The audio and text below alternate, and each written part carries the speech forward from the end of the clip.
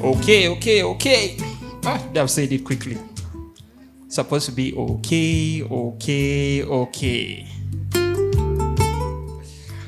What's up, ladies and gentlemen? Welcome to yet another episode of the TalkTrack. I'm your host for the evening, as per usual. My name is Roy, aka Kamada, aka Alchemist, aka Nofachi Neviensi, aka Ochawagira Manu, aka my sister would call me my mother's favorite child, but that's a lie. Because my sister is my parents' handbag. So I can't take my parents' favorite. But for purposes, for all intents and purposes for the show, aka my mother's favorite child. And I have disclaimed this on Mother's Day. So for my siblings, if you're watching, this one is on you. I called it earlier than you. And you better watch and leave a comment. I will know if you haven't watched. I will know. Properly. Because I can't be out here calling myself my mother's favorite child and you don't say anything. As my sibling, why don't you fight? Fight for your rights. Fight for your rights. So for all those siblings of mine, you know yourselves and you're not watching. I go through this every day for you. It's very sad, really. As a firstborn. Anyway, the TalkTrack is an independent production of the Kara Junkies. It's produced, edited, sound mixed, shot by Morris, aka Moro, aka Muzamzo Wokubiri, aka we shall almost get a conductor for Chigege. Actually, Morris, the thing was supposed to give you that role, but then Baguio slipped me a 50,000 under the table one day after I had bought the Chigege. That's why you didn't get it. But now, ever since it landed in that gutter, I'm thinking maybe you're the right man for the role. 100,000 I will take, don't worry. Corruption is part of the system. I will fight it from the inside. Is there anyone who ever actually successfully does that when someone says, I'm going to fight corruption from within the system? Is that ever successful? In my humble opinion, I don't think it is. I've never seen anyone successfully fight corruption from the inside. I'm alone for the day, as you can see. I'm trying to get our guests in the zone so they can give me opinions about varying topics. But until then, I have to pretend like I'm the only person on the mic at the moment, which technically I am, and ramble a few things from now until the 5-minute mark, and then we'll proceed from there, right? We do not own any of the rights to the music you're going to be hearing playing in the background. Also, opinions presented in the TalkTrack are not representative of the opinions of any entities involved in the production of the TalkTrack, so it's not a representation of the views of the Kara Junkies or the Barrow House, Plot 8B Gabula Road, where the TalkTrack is always hosted. No. These opinions shaped by people's perspectives and experiences, and some may be uneducated, but any and all opinions are really important in traversing this thing called life. I am very confused right now about life, by the way. We'll start from there. Life is confusing me. Let's start. 100 men versus a gorilla. No, it's a very serious thing. Listen, for a discourse to take as long as this particular discourse has done on Twitter, yeah, goes to prove one of two things. One, as a society, as a community, we are very, very bored. Because 100 men versus a gorilla. Why? But second, it also gets you thinking. Can 100 grown men really take on a gorilla? They can't. Someone in the background just said they can't. 100 grown men, in your opinion, cannot take on a gorilla. Why?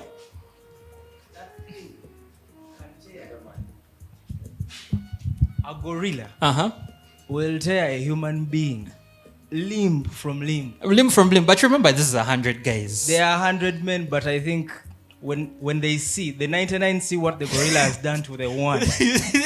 That's what everyone is saying. Like the fear factor comes in. It's like, send the first 10. Let's see what it does to the first 10. Dependent on what happens on the first 10. And I'm telling you. We shall ask the remaining 90. We'll see. They will run. I've for never their lives. been I've never been held like this ever since I was a kid. But if I was the 99th person and I've seen what the gorilla has done to 98, I go there, be like, bruh. The only condition I've seen is they are saying they'll put them in a cage. Maybe they have nowhere to run to. A gorilla has nowhere to run to. Not like the human beings. The human they won't beings. have where to run. Because now, listen, the because condition was... they'll be in a cage. Yeah, the condition was hand-to-hand combat, so there were no weapons involved. Yes. And now you're taking away the aspect of freedom. You're now putting us in a cage with a gorilla. What's that? Have you seen? I don't have the facts, but I've seen somewhere that a gorilla's bite force, like the impact, the force, is actually higher than that of a lion. For real? The bite force, like that impact of biting. Guys, registration. I don't have the facts now. Yeah, but no, I've seen that. obviously. No, a gorilla's bite force is huge. Now, we don't have the exact figures. Yes. Someone can put them for us in the comments. But 100 men versus a gorilla. But okay, not much. Let's talk about the they won't have any much. No, let's talk about the aspect of numbers maybe. So if the human beings are organized, right? And there is like a structure of attack, do you think there can be a certain level of success for 100 men? That structure will be distorted in a matter of seconds. In a matter of seconds. There is disagreement. We're talking about structure with 100 men versus a gorilla, and the person sitting right next to you say no. Yes, if there is, I want to hear from her. If there is structure, then we can take down the gorilla. I want her to tell us what form of structure, in what way, maybe.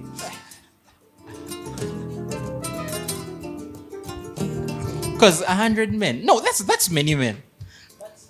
Okay, let's talk about it with structure. 100 men can take down a gorilla. Can take down a gorilla. With or without structure? With structure. Okay, now structure in what sense? Structure is going to come in terms of arms, having arms. What arms are you going to use to take down? Remember, Semi, they're unarmed. gorillas? They're unarmed. Oh, they are unarmed. They're unarmed. men. It is 100 unarmed men against a gorilla. Let me paint a picture. Look at me. Now 100 of me. Yeah, okay, if it's me, the first 30 will they die. are armed. Well, they are not armed. They're not armed. The gorilla will take them down. Automatically, the gorilla will win.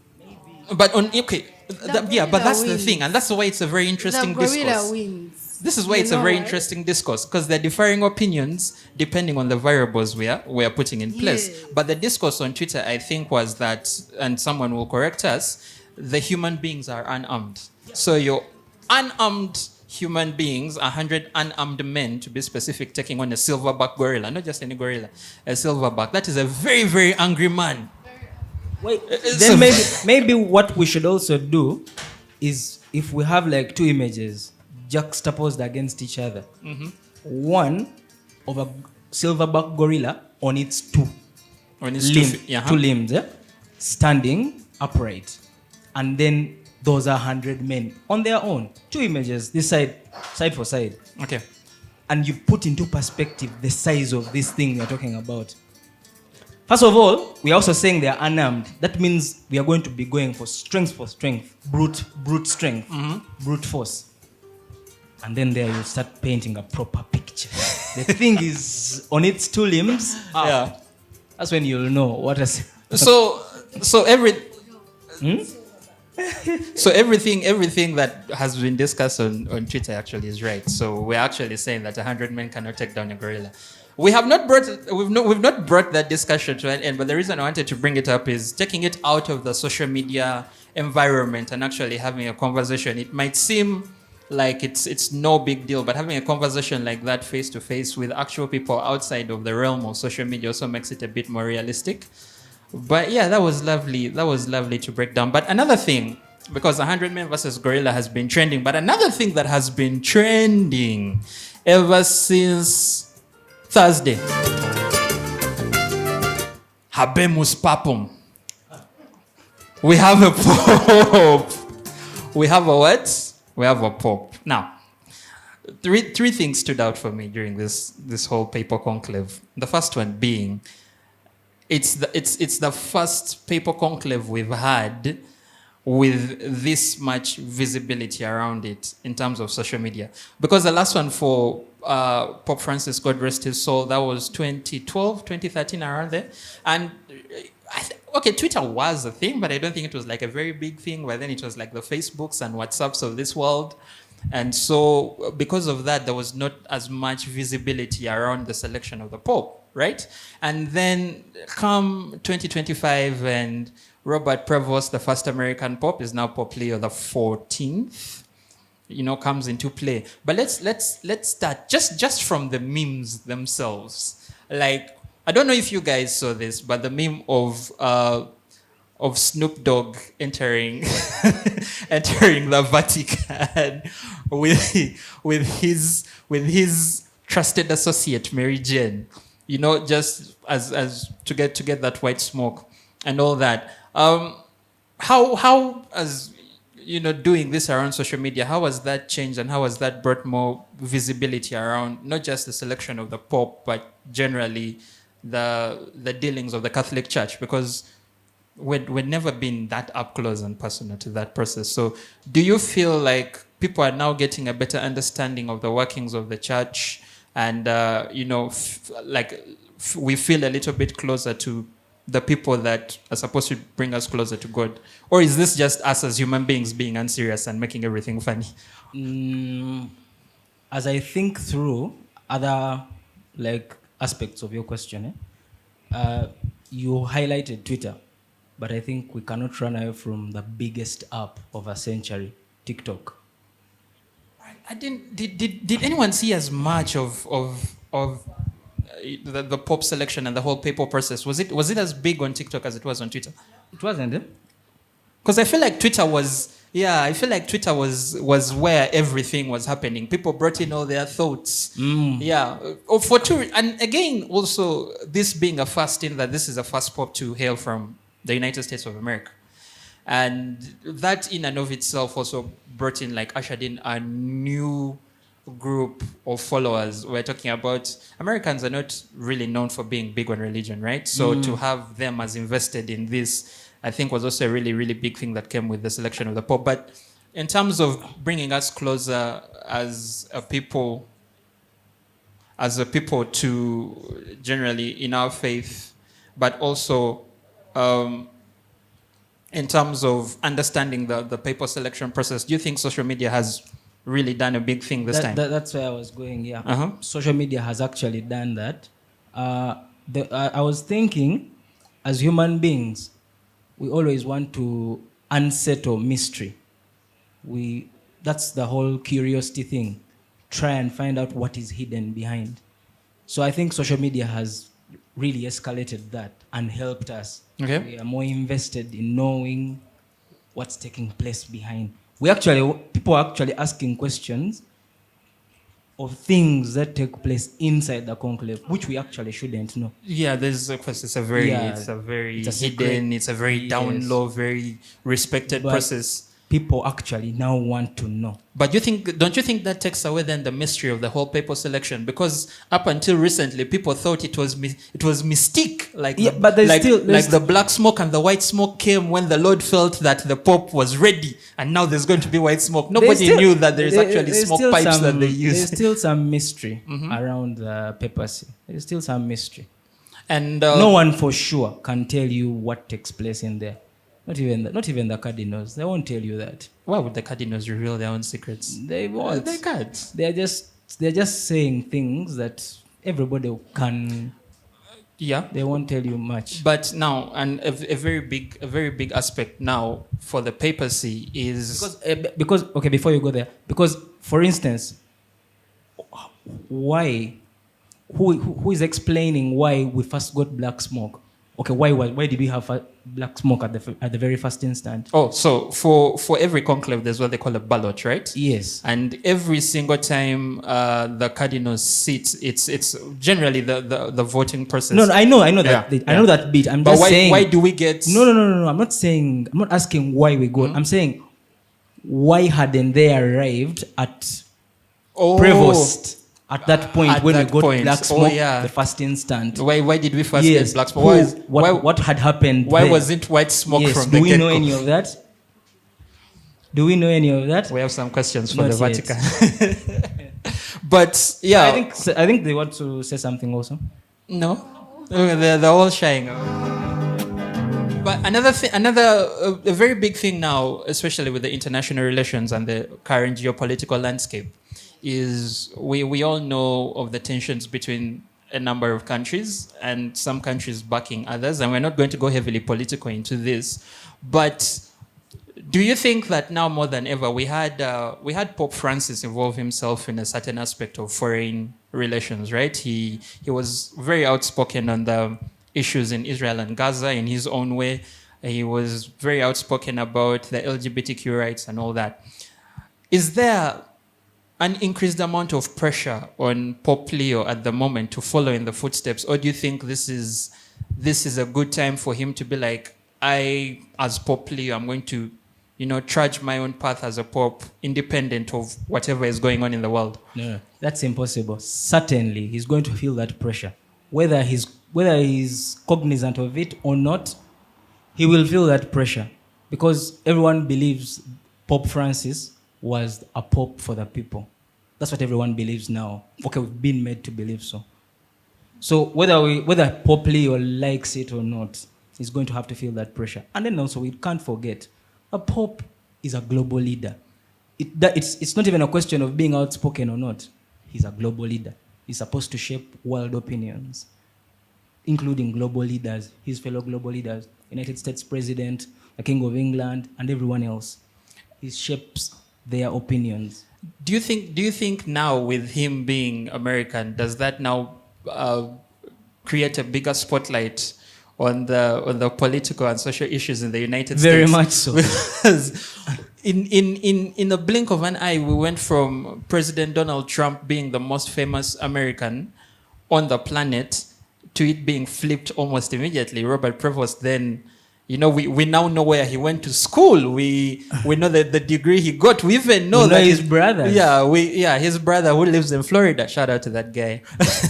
Imagine chilling. You're just there seated at your front and you're drinking your beers and someone just was, you're the Pope's brother. You're not supposed to be doing that.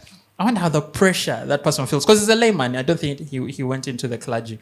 But with the current, again, geopolitical landscape and the Pope being American, obviously you've agreed that increases a global spotlight onto social and political issues in the United States of America.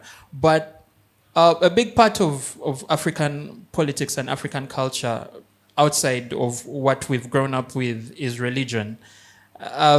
With the new Pope and the new papacy coming into play, what do you hope to see him shape differently, especially about the standing of religion in the politics of the African continent in general? Do you think that is something he can come into as well? Of course, in addition to other political and social issues that we as a continent are facing, but where do you think he can utilize some of his strength, some of his power to drive reform within the African continent? And is that even a possibility? To think that the Pope is only a religious figure is to look at it in the truth of the matter. The Pope is both a religious figure and a political figure. They can say whatever they want to say, and I'm saying it now also. A Pope is a political figure. He has shaped political views since the position has been, we all know the Roman Empire and all those things. Yeah. The Pope has always been a political figure, with or without other countries involved. He's going to shape world views. I think maybe the one thing we have to ask is how he will do it. That's the only thing. How will he do it? Did any of you get the opportunity to listen to his first speech as Pope? I think his first... One at church? No, I think it was church, or it was a press conference of some sort. It was the first homily. It was the first homily. I didn't get an opportunity to listen to that homily, but if you did, maybe you could offer us like a breakdown. Did he give an inkling of where he's going? Is he a liberal? Is he a conservative? Because in the Catholic Church that also exists. Is he a liberal? Is he a conservative? From the homily, what kind of direction did we see him taking? I listened to it in bits, not like the whole thing. But even now, everyone is not sure. Because they're asking one, is he pro-Trump or is not pro-Trump? The question still lingers. Exactly. So yeah, we are waiting to see. Then also, they're asking, will he follow in Pope Francis' shoes? footsteps, so he's going to set his own path. So I think it's speculative to. Let's give him 100 days, like the normal probation period, and then we can see how his papacy might shape both religious and political and also social reforms. Yeah, but outside of the papacy and outside of 100 men versus a gorilla, I feel like we can tackle a little bit of sports now. But before we go to sports, current affairs, not even current affairs, just generally social issues. I read something very interesting over the weekend, right? Human beings and our ability or lack thereof to thrive in environments where we are constantly told what to do. And I posed a very simple question to the person I was talking to. It's a very simple question. Do you like being told what to do? It's a very simple question, because the whole narrative surrounding this article was that we as human beings tend to thrive more in environments where the pressure of decision making is taken away from us. So if someone can guide you in telling you at point A, at certain time T, you're going to be doing this, and at certain time T, you're going to be doing this, it takes away that pressure of you, and this is what the article says, and again, feel free to disagree. It takes away that pressure of you having to come up with ways and forms to fill that particular space in time, right? Because you already have someone doing that for you. But then that creates a certain level of structure. It's like work, right? You know that you're doing your 9 to 5. At midday, you have a meeting. At 2, you have to present a report. At this, you have to do this. But over time, that repetitive process gets boring. And human beings, at a certain point in time, start to fight against systems where they feel like they don't have autonomy. So it always starts with a simple question. Do you like being told what to do? Like, is it a life you would envision for yourself, being told what to do? Or is there a certain amount of autonomy that is needed for us as human beings to grow and thrive in any community that we are in? That's a very serious one. Think on it. At the end of the day, I think we are going to speak. It is okay. Just the two of us. Okay, again, this is what I think, and I'll also give you my personal preference. Human beings only love to be told what to do if it's coming from a position of superiority or maybe like respect. For instance, if I have immense respect for a mentor, let me use that one. If I have particular respect for a particular mentor, I will be okay. I will not feel any attack on my semi-autonomy to have them tell me what to do, because I feel it's pushing me to a particular place, higher and higher. But when we are faced with, people we feel maybe we are at the same level, maybe we are always hesitant. But yeah, particularly me, that's my personal preference. If someone I respect, it's okay. So doesn't that put you in a position where you're constantly looking out for people that are in some way, shape, or form better than you? That we will always be like that. Even these women, maybe they might not accept, but they are also looking for a man who is, usually they're attracted to power, attracted to authority in some way or form. Ladies, would you like to? I don't know if they can. Would you like to weigh in on that, or are we breaking girl code? Will you be breaking girl code by giving us some of those secrets? But yeah, women too. They want a man who has that sense of security, where they feel secure. It could be financially, it could be socially, it could even be physically. If we go out there and someone attacks me, he's there. He will protect me. Yeah, so outside of the material aspects of things, someone being financially better than you, someone having more experience than you, let's look at our parents, for instance, right? They are the kings and queens of do the dishes, clean your room, be back home by 9 a.m. or 9 p.m., right? And all that. But in a way, and I might get misquoted on this, but in a way, okay, we put these people on a pedestal because, again, they are parents. We sprung from their loins, right? And I think that forces us to be in a position where, whether we want it or not, there's a certain level of respect attached, right? So it's quite easy to break down that niche with parents. But we've also seen it with other people in community, where there's this older lady. She's not necessarily the most famous or the most popular, but for some reason she's highly revered in the community, right? Or there's this old man. He rides his bicycle all around, but you dare touch that man and you see what the community does. How do people in those positions get to a point where they can command that kind of respect, even to a point where they eventually end up telling us what to do? We're not talking about our parents, but I just used the example of the parents to bring in that. People within community who are not really highly revered, but still have that level of pull. How do you get to that point? Yeah. Because that person can still tell you what to do. The truth is, I have seen multiple times what you're saying. I know it happens.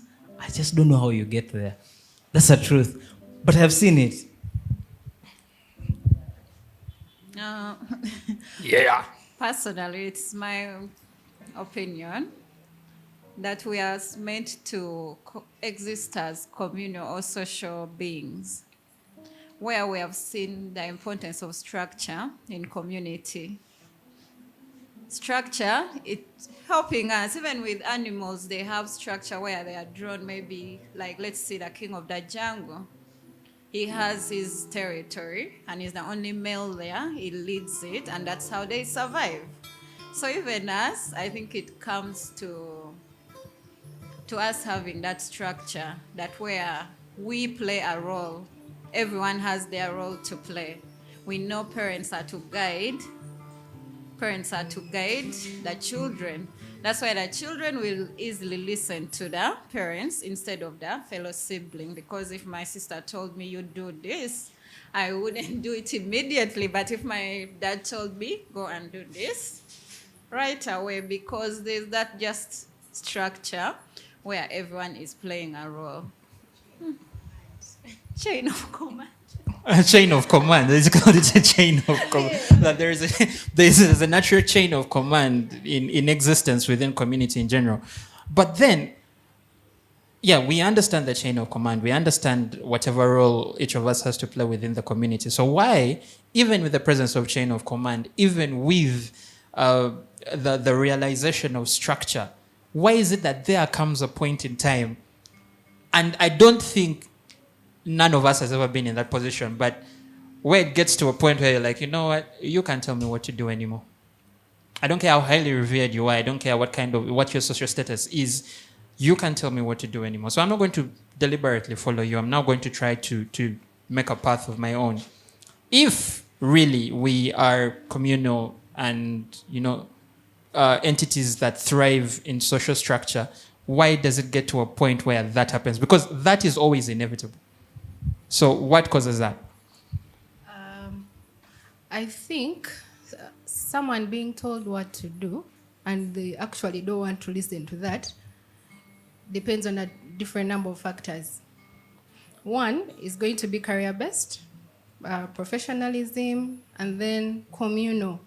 Back then in the days, they would say a community grows up a child, something like that. It takes a village to raise a child. You get, it takes a village. It takes a village to raise up a child. That was way back then. And we would understand that our parents grew up from such backgrounds, and they wanted us to fit into their that kind of background they had. But right now, things are evolving in different ways. Things are evolving in different ways. So you won't tell me that the parish priest is coming to tell me, Semi, you know what? It's not good to go to the bar. I am grown up. On my side, I'll be like, I'm a grown up person. I know what I'm doing. If it befits me, well and good. If you're not liking it, that is up to you. So let me do what I feel is right for me. Now, when it comes to your career or your professionalism, you look up to your mentors, as he had earlier said. You look up to your mentor, you look up to your fellow subordinates or your workmates, whichever. And you'll be like, okay, I am failing to achieve certain goals. I am failing to meet my KPIs, so I need to improve. What if I fail to meet them? I'll be put on probation or possibly be chased away from work. So you work so hard to achieve your goals. That is on the work environment. But when it comes to these other conditions, I don't know why we fail to accept that what we are doing is wrong. So we want to do things based on our, based on our ways or whichever. Yeah, human beings are just stubborn. fails. That's what Sam is saying, by the way, guys. Sam is saying We are stubborn. that inherently we as a species are very stubborn, and that it's very easy for us to maintain structure. From what I've gathered from you, it's very easy for us to maintain structure where we know innately there is going to be a certain benefit for us, right?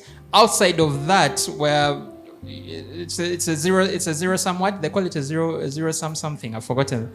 Yeah, like it's a zero sum situation. In the event that's a zero sum situation, we'll most likely be like, you know what, you are not going to tell me what to do, because how do I benefit and how do you benefit?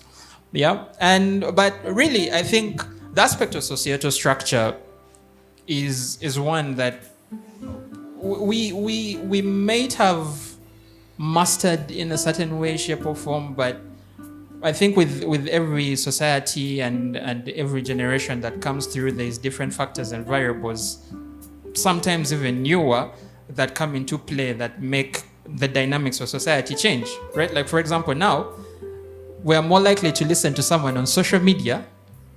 We do not know their experience. We do not understand where these people have come from, but we are most likely to take advice from them as opposed to a friend of ours whom we've seen grow up. You understand that this person knows you inside and out, and they're giving you a certain amount of advice from, a place of knowledge. But we are so now tied to our people on TikTok and our people on Twitter and our people on Instagram that it becomes very difficult to, continuously thrive in the structure that we had initially brought up. So it's a very nuanced question. Do you like being told what to do? And the reason I brought it up is it's a topic that I feel even after this we can continue talking about. But I just wanted to get like that simple understanding from your point of view of societal structure and our ability to take like instruction and orders. I want to think that it all depends on you who is saying whatever you're saying to me. Who are you in my life? Or what do I see you to be in my life? That question alone, if it's answered in a certain way, for me, I can allow you to tell me certain things. If you are someone in my life, you're a football person, right? Yeah, very much so. Yeah, you've seen that Manchester United gang that never was, and how they had immense respect for Fergie. Yeah.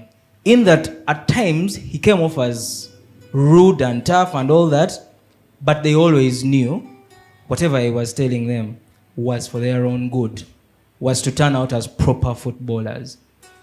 Now, if you, it's not about someone assuming importance in your life because I'm a parish priest, like you said, because I am so and so. No, it's because of the journey we've had together.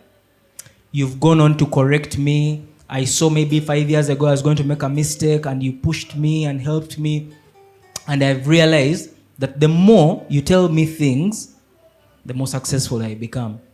So I get to a point where whatever you tell me, I perceive it as coming from a position of wanting the best from me.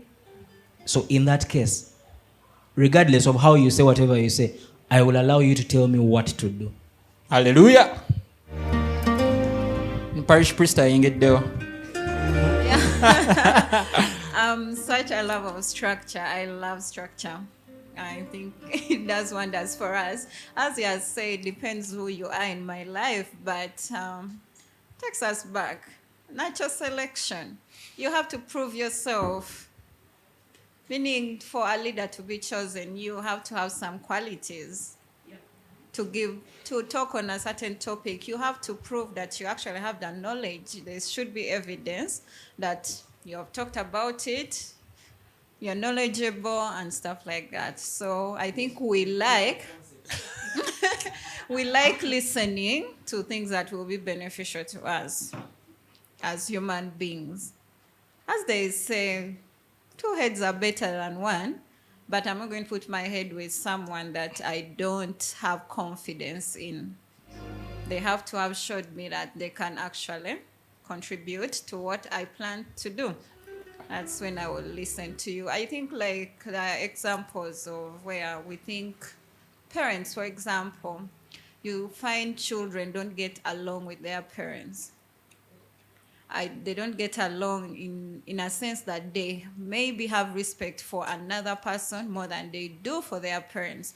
And it comes from a place where they actually underlook their parents. They don't feel their authority.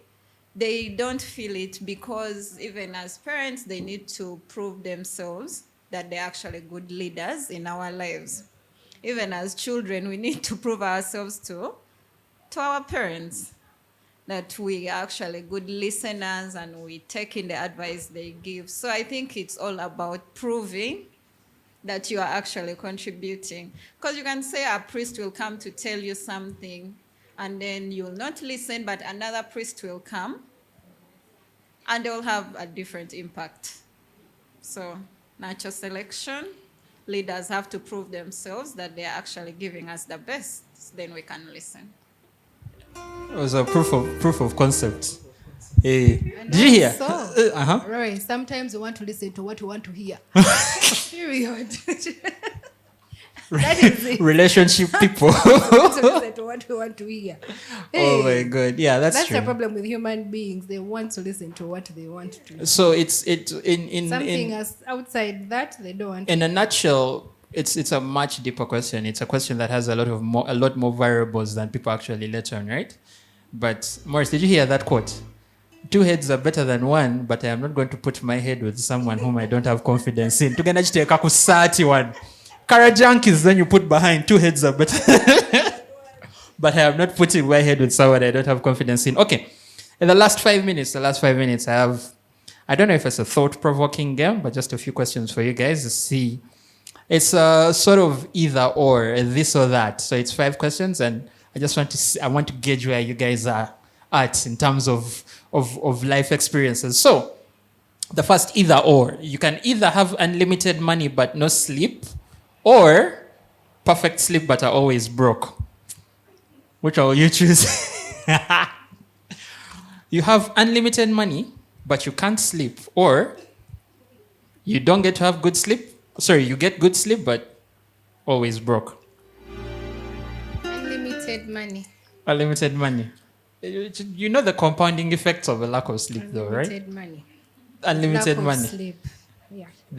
You can use the unlimited money to buy medicines to make you sleep. I know exactly what a lack of sleep does. I know what a sleep debt does. And like you said, the compounding effect. Yeah. I'm not choosing money though.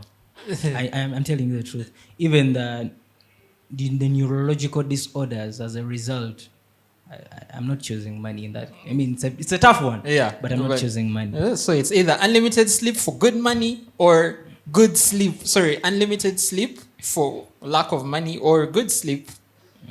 I'll choose the sleep. You choose the sleep. Kia, unlimited money but no sleep, or perfect sleep but always broke? Choose Can't I wisely. just have the best of both worlds? You can't have your cake and eat I it want to too. sleep, but I don't want to be broke. But anyway, I still also choose sleep because they say health is wealth, you guys. You're going to work. You're going to work. Maurice, did you think it would be? It seems very straightforward, eh? But it's not, eh?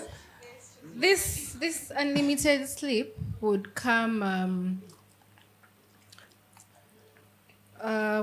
maybe, let me say you work yourself out 3 times a week and you're getting your money. And then the other chance. But you see, It's a hypothetical question. it's a hypothetical question. hypothetical Yeah, it's question. unlimited money but no sleep. 24 hours a day. It's a very hypothetical one. Okay, the next one. The next one.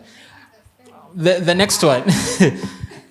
you can always know the future, right? So you put in a position where you can always know the future or always forget the past. Which one do you choose? You have the ability to always know the future, or you have the ability to always forget your past. Which one do you choose? What is more difficult to live with? Knowing what you've done in the past or knowing what you're about to achieve in the future? Mike, yo. I have nothing to do with the future.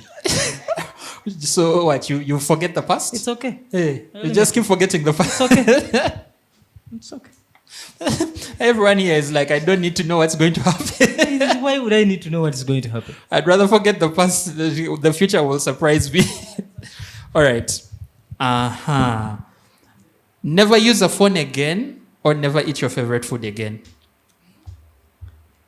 Never use a phone again or never eat your favorite food again. And never using a phone, it means you're not taking calls, you're not sending messages, you're not going on social media, nothing. You completely abandon the phone or you completely abandon your favorite meal. Which one do you take? I've survived with that phone. Without that phone before, I'm going to eat my food. I'm going to take my favorite food. Yeah, I can't make it up with my Choose my phone. You choose your phone. I don't even have a favorite meal. So Like, you- it keeps changing. It keeps changing. Just go with the phone. Keep the phone. The favorite meal will It always changes. There's even an undiscovered meal, by the way. Okay. They're going to discover it tomorrow. Kia said, my friend, I'll keep my favorite food. Take your phone. All right. So, this is also a very serious one. Be loved by everyone, but feel lonely. Or be disliked by most, but feel content. So, would you rather be loved by everyone, but feel lonely, or be disliked by most, but feel a certain level of content? Which one would you choose? Be disliked by most and feel a certain level of content. Really? Yeah. Okay. Yeah? Loved by everyone and you feel lonely, or certain level of dislike with a certain level of content? Yeah, I let people not like me. Yeah, I choose the later because, yeah. Yeah? Loneliness is a terrible disease, by the way. Yeah. Third wheels, people, third wheels. And then the final one. You can either speak all languages fluently or play every instrument perfectly. So, would you rather pick Francais or the piano? Speak all languages fluently. Communication is key, right?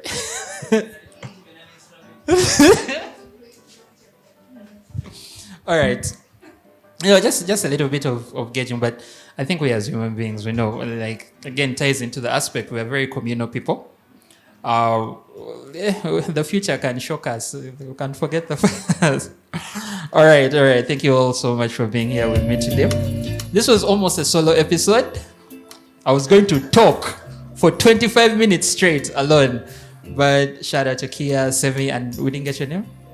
John Mary, for being here with us tonight and, giving us their 2 cents. And in the words of a wise man, Manchester United is not the end of the world. Nay, man, you. Let me tell you, let me first rant a little bit. Okay? I'm out here. I had a very, very, very tense weekend because the Ginger Hippos were taking on the Black Pirates, the Stanbic Bank Black Pirates in the final of the Uganda Rugby Premiership. Huh? I'm a Ginger guy, so I was supporting the Ginger Hippos. And the Ginger Hippos were winning up to the last 1 minute of regulation time, right? And then it was a tie. And then we're going to extra time and 30 minutes, and the boys fell apart, and I wanted to cry. I felt like I had betted. You'd think I betted. And then I was like, okay, maybe United will do something for me tomorrow. Sports can kill a man. I'm not going to say anything about Manchester United because I'm used. But just a special one to the special one to the special one to the Ginger Hippos.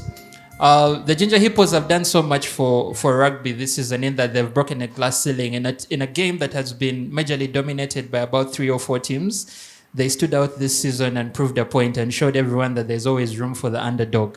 So regardless of how that final ended, this is a shout out to the Ginger Hippos and Hippos Rugby Club. You guys did something amazing. You set the ground, you blazed the trail, and we are very, very proud of you for that, and we shall keep supporting on to the sevens and on to the Uganda Cup. That being said, ladies and gentlemen, that brings us to the end of our very interesting discussion today, a series of topics, a range of topics, and I like that we had input on all that. The TalkTrack is an independent production of the Kara Junkies, produced, edited, and sound mixed by Morris. Also shot by Morris, edited by Morris. He does a lot. He's a one-man wrecking ball. One day you'll see him on camera. We'll put him there. We do not own any of the rights to the music playing in the background.